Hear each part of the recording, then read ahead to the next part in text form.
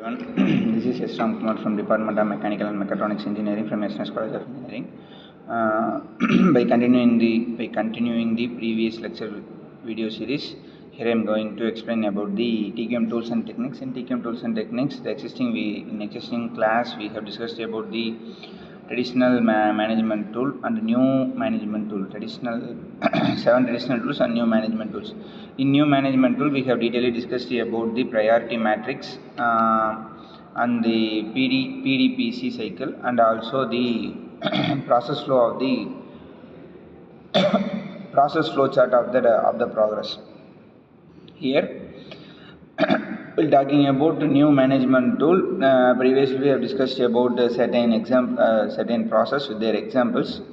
Now we are going to discuss about the process flow chart. In process flow chart, how the production process started from a design, collecting from the raw material from the supplier, and designing the component with the support of R&D department, and also enhancing the progress of the quality management tool which we are applying here, and also the process of production scheduling, and also the maintenance process. So here comes the process flow chart, helps to develop the progress of any process, through which we can able to enhance the process optimization in a sequential manner.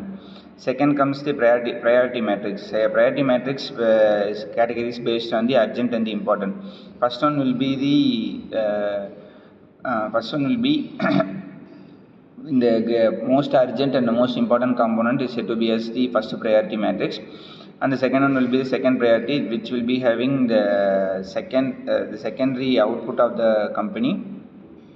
Third one will be the third priority based on the importance of the product. Fourth one will be to eliminate. If we are following these priority matrix in a sequential manner, then we can able to attain the customer expectation in the process flow, in the proper channel, in the proper process flow. So this is the work which we are going to progress while deploying the total quality management tools. And the next one will be the critical part analysis. In critical part analysis, we have to progress from starting from to ending point, in which ABCD, the order can be in any form, but the process flow has to be carried out based on the criticality of product manufacturing.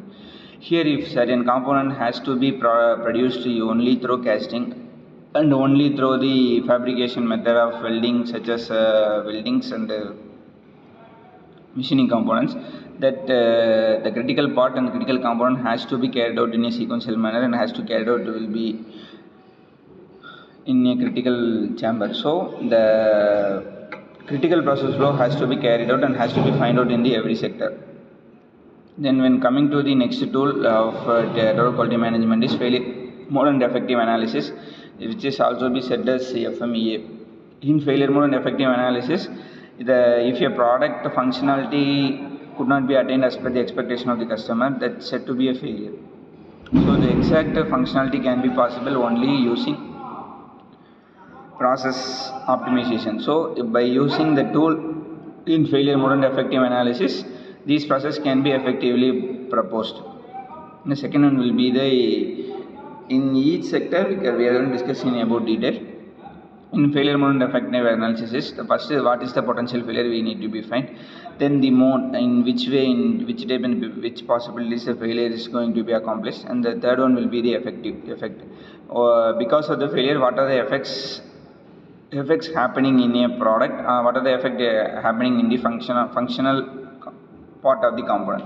And the last one will be analysis. In analysis part, we have to find which is the risk factor which is need to be removed from the process of the product manufacturing. Though this is the main tool of TQM, through which it is commercially applied and applied in every company, every sector in manufacturing industry, and also in the production sector.